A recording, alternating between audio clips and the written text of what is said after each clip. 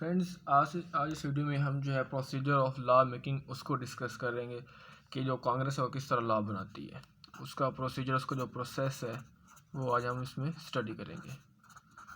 Procedure of law making by Congress. तो USA की जो पार्लियामेंट है इसको कांग्रेस कहा जाता है। तो वो लॉ किस तरह बनाती है, उसकी लॉ मेकिंग का क्या प्रोसीजर है, तो वो आज हम दोस्तों इसमें स्टडी करेंगे।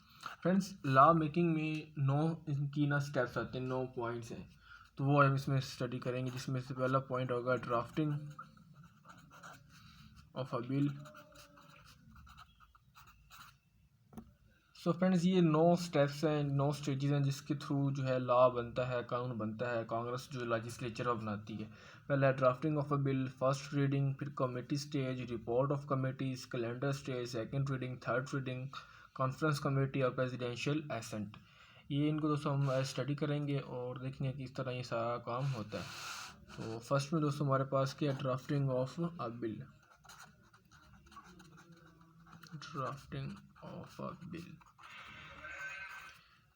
इसमें क्या होता है दोस्तों, इसमें क्या होता है ड्राफ्टिंग ऑफ अ बिल में ये होता है कि बिल को ड्राफ्ट किया जाता है। मीन ये है कि जब कांग्रेस आती है, कांग्रेस लेजिस्लेचर, तो उसको काफ़ी जो है ना काफ़ी सारे उसके सामने बिल्स होते हैं, थाउजेंड्स ऑफ बिल्स होते हैं, रेजोल्यूशंस होती हैं, कंकरेंट रेजोल्यूशंस होती हैं, और डिफरेंट रिपोर्ट्स से उनको कॉन्फ्रंट करना पड़ता है, सामना करना पड़ता है। तो दोस्तों ये बहुत सारी जो से मतलब रेजोल्यूशंस, बहुत सारे बिल्स आ जाते हैं। और ये है कि ये जो प्रेसिडेंशियल यहाँ पे सिस्टम है, यहाँ की जो कांग्रेस है, तो इसमें यह है कि बिल को कोई भी इनिशिएट कर सकता है, कोई भी जो मेंबर है, प्राइवेट मेंबर है, वो बिल को इनिशिएट कर सकता है। तो इस तरह दोस्तों बहुत सारे बिल्स हो जाते हैं और हर बिल को फिर देखना मुश्किल हो जाता है। तो फिर इस तरह बिल को ड्राफ्ट किया जाता है कि कौन सा बिल ठीक है। तो उसके लिए दोस्तों हमारे पास एक्सपर्ट्स होते हैं जो कि बिल को ड्राफ्ट करते हैं। तो ये दोस्तों उसमें है ड्राफ्टिंग ऑफ अ बिल। अब इसको लिख लेते हैं। Congress Congress confront thousands bills resolutions, ठीक है। उसके बाद कंकरेंट रेजोल्यूशंस,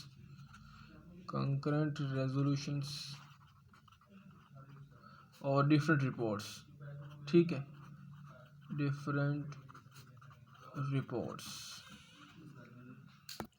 तो इस तरह दोस्तों तमाम के तमाम जो बिल्स होते हैं ना, वो प्राइवेट मेंबर जो है, मतलब कांग्रेस के मेंबरों में से वो इंट्रोड्यूस हो सकते हैं।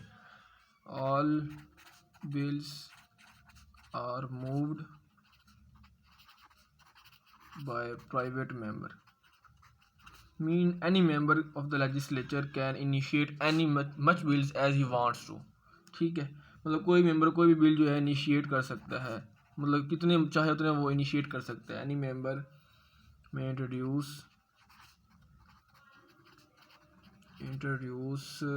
Many bills as he likes to initiate. तो इस तरह दोस्तों मतलब उसको कोई पहले सैंक्शन लेने की ज़रूरत नहीं होती है, उसको पहले कोई एसेंट लेने की ज़रूरत नहीं पड़ती कि मैं इनिशिएट बिल करूं या ना करूं। बगैर किसी मतलब एसेंट के, बगैर किसी रुकावट के वो बिल इनिशिएट करते हैं। तो इस तरह बहुत से बिल्स हो जाते हैं, तो फिर उनको ड्राफ्ट किया जाता है कौन सा बिल ठीक है। It doesn't need prior sanction mean मंजूरी, कोई उनको मतलब पहले इजाज़त लेने की ज़रूरत नहीं होती टू इनिशिएट अ बिल। कोई भी बिल इनिशिएट करने के लिए उनको सैंक्शन की ज़रूरत नहीं पड़ती। मतलब हर बंदा जो है वहाँ का जो मेंबर है लेजिस्लेचर का, वो बिल को इंट्रोड्यूस करवा सकता है, इनिशिएट करा सकता है, जितने चाहे वो कर सकता है, ठीक है।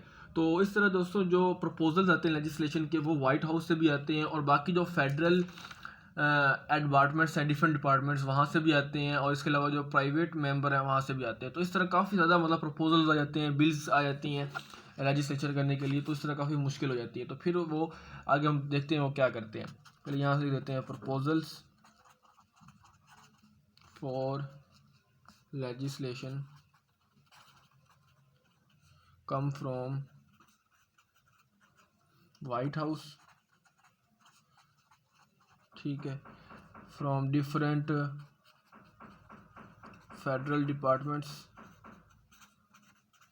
डिफरेंट जो फेडरल डिपार्टमेंट्स हैं वहाँ से भी आ सकते हैं, और private member, private member mean the member of Congress. ठीक है, तो इस तरह डिफरेंट प्रपोजल्स आते हैं लेजिस्लेशन के लिए। तो उसको निपटने के लिए अब दोस्तों कुछ बिल्स जो है जिन पे लेजिस्लेशन करें, सिर्फ वही वाले बिल्स होते हैं ना, हर बिल पे लेजिस्लेशन नहीं की जा सकती। तो जिन बिल्स पे लेजिस्लेशन करनी होती है उनको डिसाइड किया जाता है। तो उसके लिए वो क्या कि उन्होंने एक सेपरेट एजेंसी बनाई है कांग्रेस वालों ने, और उस पर वो जो सेपरेट एजेंसी है वो उसमें काफ़ी एक्सपर्ट्स हैं, एक्सपर्ट्स मैन है ड्राफ्ट के हवाले से, और वो फिर दोस्तों ड्राफ्टिंग करती है बिल को ड्राफ्ट करते हैं, मीन उसको देखते हैं कौन सा बिल ठीक है और कौन सा नहीं है, कौन से को पे लेजिस्लेशन करनी कौन सी नहीं करनी, तो वो करते हैं। ठीक है, ये 1918 से स्टार्ट हुआ है। तो सेपरेट एजेंसी बननी है। ठीक है, comprising of experts draftsman, expert draftsman वो इन्वॉल्व है। ठीक है, और वो क्या करती है, ड्राफ्ट करती है बिल्स को, ड्राफ्ट द बिल्स सिंस 1918। तो फ्रेंड्स इस तरह बिल को ड्राफ्ट किया जाता है। मीन बिल का मतलब है उसका खाका बनाया जाता है। ड्राफ्ट करना मीन स्केच ड्रा करना, मतलब डिज़ाइन बनाना। कोई बिल है उसको प्रिलिमिनरी स्टेज से गुजारना, उसकी प्रिलिमिनरी फॉर्म जो है फर्स्ट फॉर्म उसको तैयार करना राइटिंग की फॉर्म में। तो इस तरह दोस्तों ड्राफ्ट तैयार होता है और वो बिल जो है वो बनता है। तो फ्रेंड्स जब वो ड्राफ्टिंग हो जाएगी, ड्राफ्ट बन जाएगा, उसका खाका तैयार हो जाएगा, स्केच बन जाएगा, ड्रा कर लेंगे, तो उसके बाद आएगी इसकी फ़र्स्ट रीडिंग, उसको रीड किया जाएगा। तो फर्स्ट रीडिंग आएगी। इसमें क्या है, तो फ्रेंड्स इसमें क्या होता है फर्स्ट रीडिंग में दोस्तों हमारे पास ये होता है कि बिल इंट्रोड्यूस होता है बेसिकली उस चैम्बर से जहाँ से उसकी सपोर्ट ज़्यादा हो, ब्राइट सपोर्ट हो, मतलब जहाँ पे उसके जो चांसेस है ना सपोर्ट के वो कंपैरेटिवली ज़्यादा हो, तो वहाँ से वो बिल इंट्रोड्यूस होता है। अगर हाउस ऑफ चैम्बर से वहाँ से सपोर्ट ज़्यादा मिलनी है तो उस बिल की, तो वो बिल वहाँ से इंट्रोड्यूस होगा। अगर हाउस ऑफ रिप्रेजेंटेटिव हो गया, फिर अगर सेनेट से मिलना है तो सेनेट से वो इंट्रोड्यूस होगा। तो ये बात है इसमें, जिसमें कहते हैं bill generally introduced in chamber where chances of its support are comparatively bright. ठीक है, कंपैरेटिवली ब्राइट। नेक्स्ट दोस्तों इसमें किया, अब जो बिल है वो इंट्रोड्यूस हुआ है। अब दोस्तों अगर वो बिल एक हाउस से सक्सेसफुली पास हो जाता है तो इससे ये होता है एक चांसेस बढ़ जाते हैं कि वो वाला बिल जो है दूसरे हाउस से भी पास हो जाए। मतलब अगर एक बिल पहले हाउस से पास हो गए, एक हाउस दो हाउसेज होते हैं, तो फिर चांसेस ज़्यादा होते हैं कि वो दूसरे हाउस से पास हो जाए। अगर एक हाउस से भी पास नहीं हुआ तो फिर बहुत कम चांसेस होते हैं वो दूसरे हाउस से भी पास हो सके। मतलब एक हाउस से पास ही नहीं हुआ, फिर आगे जाने के उसके चांसेस बहुत ही जो है वो कम हो जाते हैं। ठीक है, तो इस तरह इसमें चलता है। और अगर अब कोई बंदा बिल इंट्रोड्यूस करवाना चाहता है, कोई भी मेंबर है वहाँ का, वो बिल इंट्रोड्यूस करवाना चाहता है, तो वो क्या करेगा, वो दोस्तों अब वो जो बिल होगा ना उसको एक बॉक्स में डाल देगा। मतलब क्लर्क के टेबल पे एक बॉक्स होगा और उस बॉक्स के टेबल मतलब जो होगा टेबल का बॉक्स उसमें वो प्लेस कर देगा, ड्रॉप कर देगा वो बिल। और इस तरह जो वो हो सकता है। इसके अलावा कोई भी बिल दोस्तों जो है ना, एक बिल दोनों हाउसेस से साइमल्टेनियसली जो है वो इंट्रोड्यूस हो सकता है। मतलब बिल जो है वो वहाँ से भी हाउस ऑफ जो रिप्रेजेंटेटिव्स है वहाँ से भी हो सकता है और सेनेट से भी साइमल्टेनियसली हो सकता है। ठीक है, एक ही बिल, मतलब कोई बिल है फॉर एग्जांपल आपका क्राइम के रिलेटेड, तो क्राइम की लेजिस्लेशन का बिल जो रिलेटेड है वो हाउस ऑफ रिप्रेजेंटेटिव से भी हो सकता है और सेनेट से भी हो सकता है, दोनों से ही वो जो है इंट्रोड्यूस हो सकता है, इसमें कोई इशू नहीं है। बट दोस्तों जो मनी बिल है वो हमेशा दोस्तों कहाँ से इंट्रोड्यूस होगा, वो हमेशा हाउस ऑफ रिप्रेजेंटेटिव से ओरिजिनेट होगा, मतलब लोअर हाउस से होगा। मनी बिल आपका कभी भी जो है ना अपर हाउस मीन सेनेट से इंट्रोड्यूस या ओरिजिनेट नहीं हो सकता। मनी बिल जो होंगे दोस्तों हमेशा लोअर चैम्बर से ही इंट्रोड्यूस होंगे। ठीक है, अब दोस्तों जब इंट्रोड्यूस हो जाएंगी, उनकी इंट्रोडक्शन हो जाएगी, तो after its introduction a bill is taken for discussion at any time during the whole session. Mean जब वो इंट्रोड्यूस हो जाएंगे, हर बिल जो का मेंबर उसको इंट्रोड्यूस करवाएगा, इनिशिएट करेगा, तो फिर उसके ऊपर डिस्कशन की जाएगी। पूरे सेशन के दौरान जो है ना किसी भी वक्त उसकी जो है वो होगी, डिस्कशन होगी। और फर्स्ट रीडिंग में दोस्तों क्या होता है, फर्स्ट रीडिंग नाम लग रहा है फर्स्ट रीडिंग, लेकिन इसमें रीडिंग नहीं होती। इसमें जस्ट इसमें ये होता है कि वो जो बिल का टाइटल होता है ना उसको रीड किया जाता है। मतलब वो जो जर्नल में और कांग्रेशनल जो रिकॉर्ड है उसके अंदर वो जो उस बिल का टाइटल है उसको समझा जाता है, इसका टाइटल क्या है, इस किस टॉपिक के ऊपर ये जो है मतलब किस पे ऊपर ये किस रिलेटेड ये है ना टॉपिक पे ये बिल बन रहा है, उसकी मेन जो है बेसिक कौन सी है। तो इस तरह दोस्तों तमाम बिल्स को इंट्रोड्यूस कराने के बाद और उनको अरेंज किया जाता है ऑर्डर के अंदर, और फिर इस तरह उनको दोस्तों जो है डिस्ट्रीब्यूट किया जाता है मेंबर्स के दरमियान ताकि उनको उनकी पब्लिकेशन हो सके। तो ये दोस्तों सारा फर्स्ट रीडिंग के रिलेटेड है, इसको तो सब लिख लेते हैं इनके मेन पॉइंट्स। एक ये हो गया। दूसरा हमारा पेज पर हम ये लिख सकते हैं कि it's successful passage in one house increase the chances of approval in other house, ये हमने बात की थी, ठीक है। और इसमें ये है when a member wants to introduce a bill, तो वो कैसे इंट्रोड्यूस करेगा, introduce a bill, he drops the bill, यही ड्रॉप्स इट, वो बिल को ड्रॉप कर देगा किधर, इन box place on the table of clerk. ठीक हो गया, ये हमने पढ़ा। और इसमें क्या क्या पॉइंट है इसमें, और दोस्तों ये पॉइंट है bill, a bill can originate from both houses simultaneously, मतलब दोनों हाउसेस से ही बिल ओरिजिनेट हो सकता है, ये नहीं कि सिर्फ हाउस ऑफ रिप्रेजेंटेटिव ही करे, दोनों हाउसेस से जो है वो बिल ओरिजिनेट हो सकता है। हाउस ऑफ वही बिल हाउस ऑफ रिप्रेजेंटेटिव भी कर सकता है और वही बिल जो है सेनेट भी ओरिजिनेट कर सकता है, दोनों के पास अथॉरिटी है और वो दोनों ही simultaneously at the same time bill को इंट्रोड्यूस करवा सकते हैं। लेकिन दोस्तों जो मनी बिल है वो बिल जो है वो सिर्फ और सिर्फ हाउस ऑफ रिप्रेजेंटेटिव ही करवाएंगे, एक्सेप्शन ऑफ मनी बिल्स, ठीक है। मनी बिल्स के अलावा कोई भी मतलब जो है ना वो बिल जो है बाकी सारे बिल्स वो किसी भी हाउस में से इंट्रोड्यूस हो सकते हैं।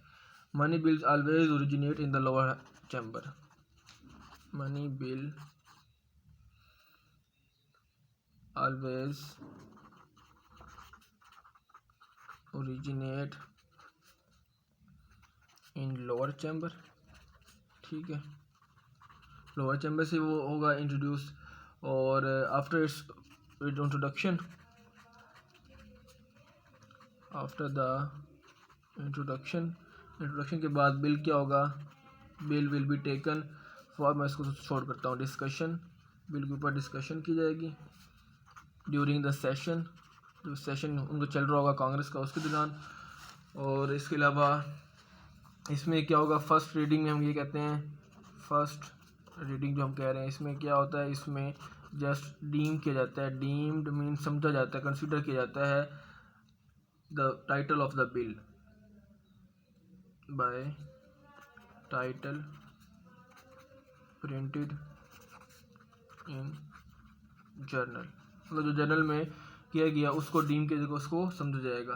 तो इस तरह जो बिल्स होंगे फ्रेंड्स, बिल वो इंट्रोड्यूस होते हैं, इंट्रोड्यूस होने के बाद वो दोस्तों उनको अरेंज किया जाता है, ठीक है, ऑर्डर में, तरतीब में। और इसके अलावा फिर उसके बाद उनकी पब्लिकेशन होती है, बिल है ना, तो उनकी पब्लिकेशन के बाद फिर उनको डिस्ट्रीब्यूट कर दिया जाएगा अमंग द मेंबर्स, इस ऑर्डर में रखा, अरेंज किया, फिर डिस्ट्रीब्यूट किया अमंग द मेंबर्स ताकि उसको डिस्कशन की जा सके आफ्टर द पब्लिकेशन। फ्रेंड्स ये था हमारे पास फर्स्ट रीडिंग, सारा कॉन्सेप्ट, उम्मीद करते हैं यहाँ तक समझ आ गया होगा आपको, थोड़ा सा लेंथी हो गया होगा, इसको थोड़ा सा जल्दी जल्दी करेंगे। तो ये फर्स्ट रीडिंग थी, बिल्स इंट्रोड्यूस होते हैं, फिर उसके ऊपर डिस्कशन होती है, पास होते हैं, तो इस तरह ये सारा चलता है। नेक्स्ट हमारे पास दोस्तों थी कमेटी स्टेज, उसको अब डिस्कस करते हैं। कमेटी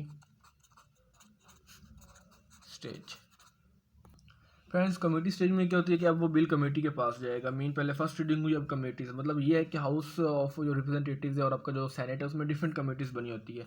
तो इसमें अब जब वो फर्स्ट रीडिंग हो जाएगी तो बिल रेफ़र किया जाएगा कंसर्न कमेटी के पास, तो कमेटी के पास बिल जो होगा वो रेफ़र होगा, बिल उसके पास भेज दिया जाएगा और उसके बाद कैसे बाय क्लर्क के थ्रू ना उनको भेज दिया जाएगा। और अगर उस बिल में कोई भी डिफ़िकल्टी होती है, कोई भी इशू होता है, if there is any difficulty in the bill, मतलब वो देखी जाती है, वो कमेटी देखती है इसके अंदर इस बिल के एलोकेशन में, इस बिल की जो है तयन में कोई भी डिफ़िकल्टी है, तो स्पीकर डिसाइड करता है इशू कि इसमें कौन सा इशू है। एंड स्पीकर डिसाइड्स इशू, मतलब वो उसका जो फैसला होता है फिर वो स्पीकर करता है, और इसके अलावा फिर दूसरी कमेटी को वो सेंड कर देता है, and send to other committee.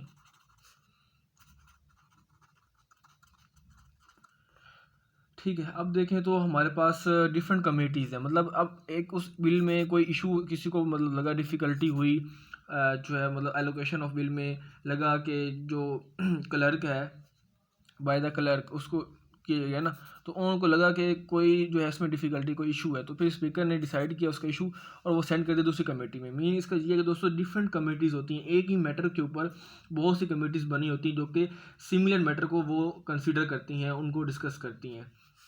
तो हम कहते हैं कि मैनी कमेटीज़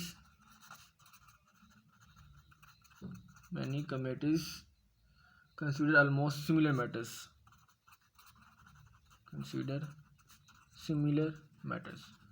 मतलब ये है कि जो वो बिल था उसके रिलेटेड जो उसकी कमेटी थी, उसकी कंसर्न कमेटी उसके रिलेटेड, क्योंकि डिफरेंट कमेटीज़, फाइनेंस की, फॉरेन अफेयर्स की, इस तरह डिफरेंट कमेटीज़ होती हैं, तो वो बिल उस कमेटी के पास जाएगा, और अगर उसमें कोई डिफ़िकल्टी होती है तो वो स्पीकर डिसाइड्स करता है कि इसको कहाँ जाना है, फिर वो जो बिल होगा दोस्तों दूसरी कमेटी के पास चला जाएगा। ठीक है, और इसके अलावा दोस्तों जो बंदा बिल इंट्रोड्यूस कर रहा होता है तो उस वक्त वो उस कमेटी का नाम भी देता है कि किस कमेटी को वो सजेस्ट करेगा, वो किस कमेटी जो है उसका जो बिल है वो देखेगी। अब at the time of introducing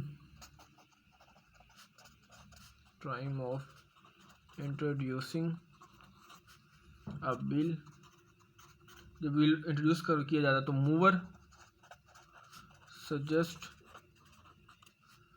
the name of committee as well, मतलब जो बिल इंट्रोड्यूस करवा रहा है, जो मूव करवा रहा है बिल, तो वो जब वो बिल इंट्रोड्यूस करवा रहा होगा तो वो उस वक्त जो है ना कमेटी का नेम भी सजेस्ट करेगा कि इस कमेटी के पास मेरा ये बिल जाना चाहिए, ताकि वो उसको देखे कि ये बिल कैसा है, उसकी जांच पड़ताल करे। ठीक है, और इसके अलावा दोस्तों हर कमेटी के फिर क्या होती हैं, फर्दर सब कमेटीज़ होती हैं, डिवीजन होती है उनको फिर डिवाइड कर दिया जाता है फर्दर कमेटीज़ में, सब कमेटीज़ में, ताकि वो बिल के जो डिफरेंट एस्पेक्ट्स हैं उनको स्क्रूटिनाइज कर सके। To scrutinise different aspects of bill, मतलब बिल को अच्छे से जांच पड़ताल करना, इंक्वायरी करना कि उसके तमाम जो एस्पेक्ट्स हैं, उसके तमाम जो पहलू हैं उनको समझा जाए और उसके ऊपर देखा जाए कि ये बिल किस हद तक फ़ायदेमंद है। ठीक है, तो इस तरह दोस्तों जो कमेटीज़ होती हैं वो एग्ज़ामिन करती हैं बिल को, एग्जामिनेशन ऑफ बिल की एग्जामिनेशन करती हैं। ठीक है, और इसके अलावा दोस्तों वो जो मैटर्स होते हैं, जिस बिल मैटर के रिलेटेड, किस इशू के रिलेटेड वो बिल होता है, तो उन मैटर्स की तमाम दोस्तों जो पॉसिबल इंफॉर्मेशन है ना वो भी गेट करती है। गेट ऑल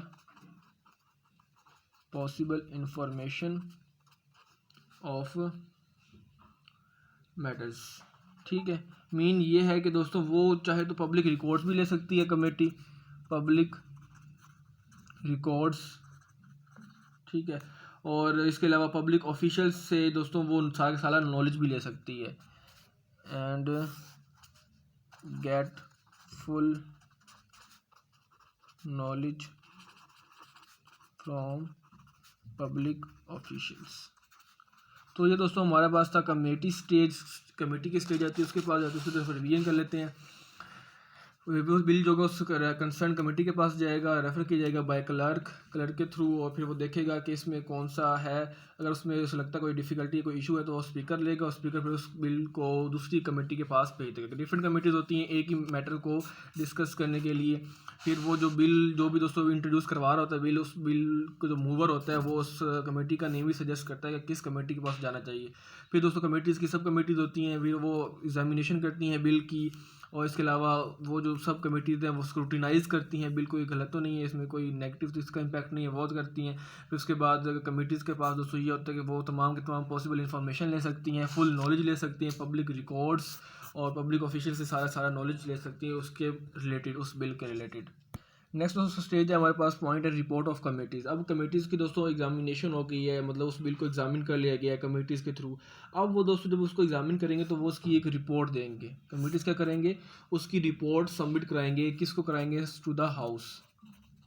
ठीक है, जो हाउस था, हाउस ऑफ रिप्रेजेंटेटिव और चैम्बर जो सेनेट है वो। तो इस तरह दोस्तों कमेटी के दोस्तों जो होता है वो डिसीजन करती है उस बिल के रिलेटेड। सारे के सारे डिसीजन दोस्तों वो जो होते हैं कमेटीज़ करती है, हाउस की कमेटी को, कमेटीज़ हाउस के अंदर कमेटीज़ होती है ना, तो कमेटीज़ रिपोर्ट सबमिट करती है हाउस को। इसके अलावा उसके जो डिसीजन होते हैं वो भी कौन लेती है, कमेटी लेती है। और वो किस तरह लेती है, by majority vote. Committee decision by majority vote. और इसके अलावा दोस्तों की तमाम जो सारी प्रोसीडिंग होती है, कमेटी रिपोर्ट देना और उसकी एग्जामिनेशन करना, तो ये सारी प्रोसीडिंग दोस्तों इसको जो है कॉन्फिडेंशियल रखा जाता है। होल प्रोसीडिंग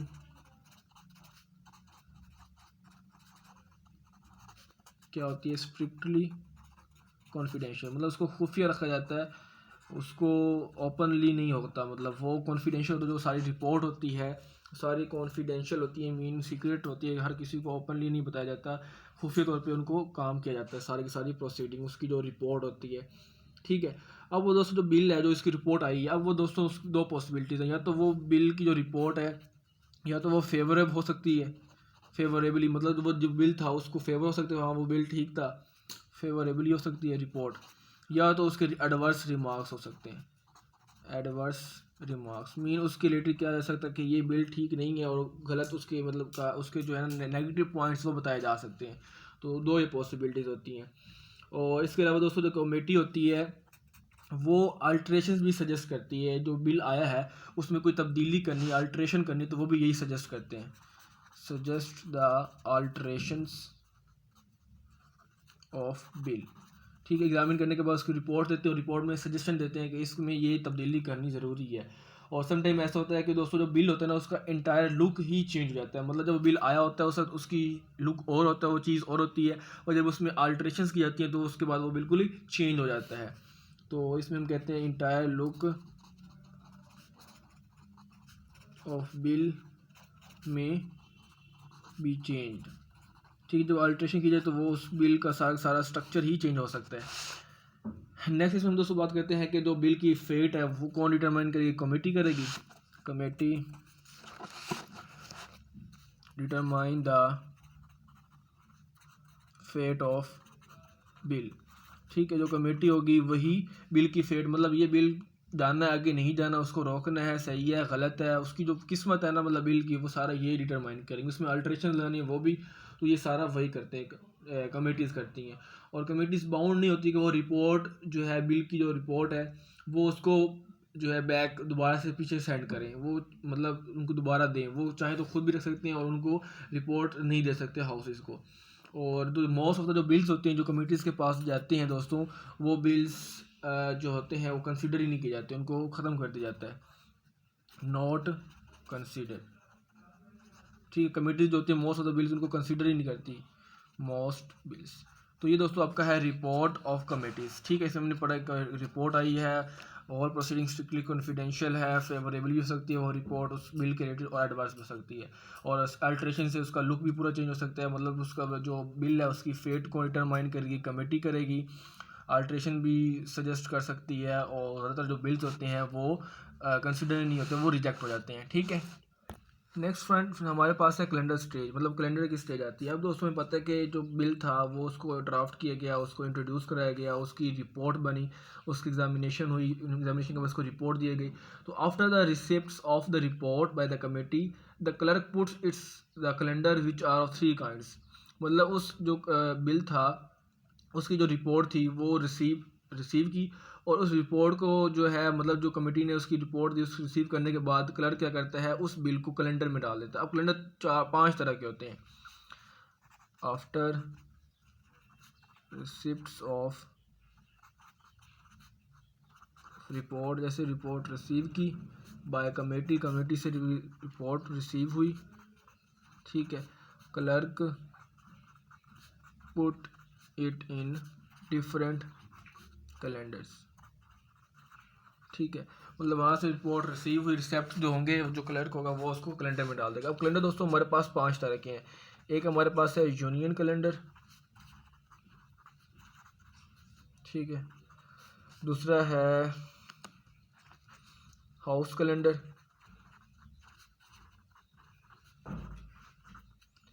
तीसरा है प्राइवेट कैलेंडर,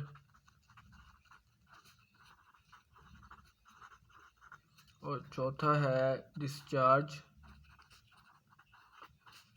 कैलेंडर, और पांचवा है कंसेंट कैलेंडर, ठीक है, कंसेंट कैलेंडर। अब फ्रेंड इसमें क्या है कि 5 कैलेंडर। अब ये डिफरेंट जो बिल होगा ना उसकी नेचर पर डिपेंड करता है, बिल किस नेचर का है। जिस नेचर का बिल होगा उसको उसी कैलेंडर में डाल दिया जाएगा, उसकी बॉक्स में या उसी के रिलेटेड जो है उसमें डाल दिया जाएगा, कैलेंडर में डाल दिया जाएगा। मतलब ये कैलेंडर की स्टेज है। अब यूनियन कैलेंडर में क्या होता है, यूनियन कैलेंडर में दोस्तों वो बिल्स जाते हैं जो कि इनकम और एक्सपेंडिचर और प्रॉपर्टी के रिलेटेड होते हैं। इनकम, ठीक है, एक्सपेंडिचर और पब्लिक प्रॉपर्टी, इन नेचर के जो बिल्स होंगे दोस्तों, जो कि कमिटीज़ ने जिनको फेवरेबली रिपोर्टेड किया होगा, वो उस यूनियन कैलेंडर में डाल दिए जाएंगे। नेक्स्ट है दोस्तों हाउस कैलेंडर। हाउस कैलेंडर में क्या होता है दोस्तों, इसमें सारे के सारे पब्लिक बिल्स जाते हैं सिवाय मनी बिल के।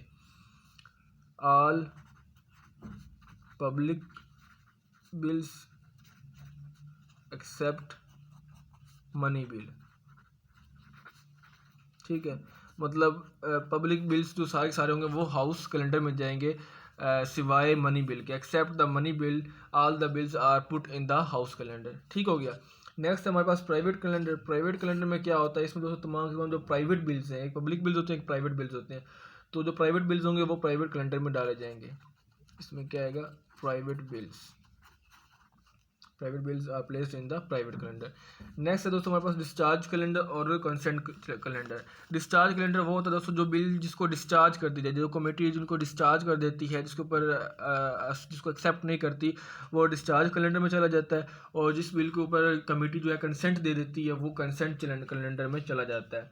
मतलब ये है कि दोस्तों कि जो non controversial types of public bills होंगे, ठीक है, तो वो जो नॉन कंट्रोवर्शियल हैं, जो कि जिसके ऊपर कमेटी ने अपनी कंसेंट दे दिए, तो वो जाएंगे कंसेंट कैलेंडर के पास, ठीक है, उसके अंदर वो चले जाएंगे। और डिस्चार्ज कैलेंडर में क्या होगा, इसमें मैं लिख देता हूँ दोबारा से, non controversial public bills. Non controversial bills जो होंगे वो कंसेंट कैलेंडर में देंगे, उनके ऊपर कमेटी ने कंसेंट दिया होगी। और जो डिस्चार्ज कैलेंडर होते हैं दोस्तों, इसमें क्या होता है, इसमें दोस्तों वो बिल्स होते हैं जो कि स्टैंडिंग कमेटीज़ के पास होते हैं। स्टैंडिंग कमेटी वो होती हैं दोस्तों जो कि परमानेंट कमेटी होती हैं, जो मतलब ख़त्म नहीं होती, टेम्प्रेरी नहीं होती। तो ये बिल्स उनके पास जाएंगे, मतलब वो वाले इसमें जाएंगे जो 30 डेज़ तक उनके पास होंगे। मतलब 30 डेज़ होंगे उनके पास अपने रखे होंगे और उसकी रिपोर्ट नहीं दी होगी, ठीक है, उसके ऊपर उन्होंने रिपोर्ट नहीं दी होगी, तो हम कहेंगे विदाउट रिपोर्टिंग। तो वो सारे बिल दोस्तों जो 30 दिन में उन्होंने अपने पास रखे होंगे, कमेटी वालों ने, स्टैंडिंग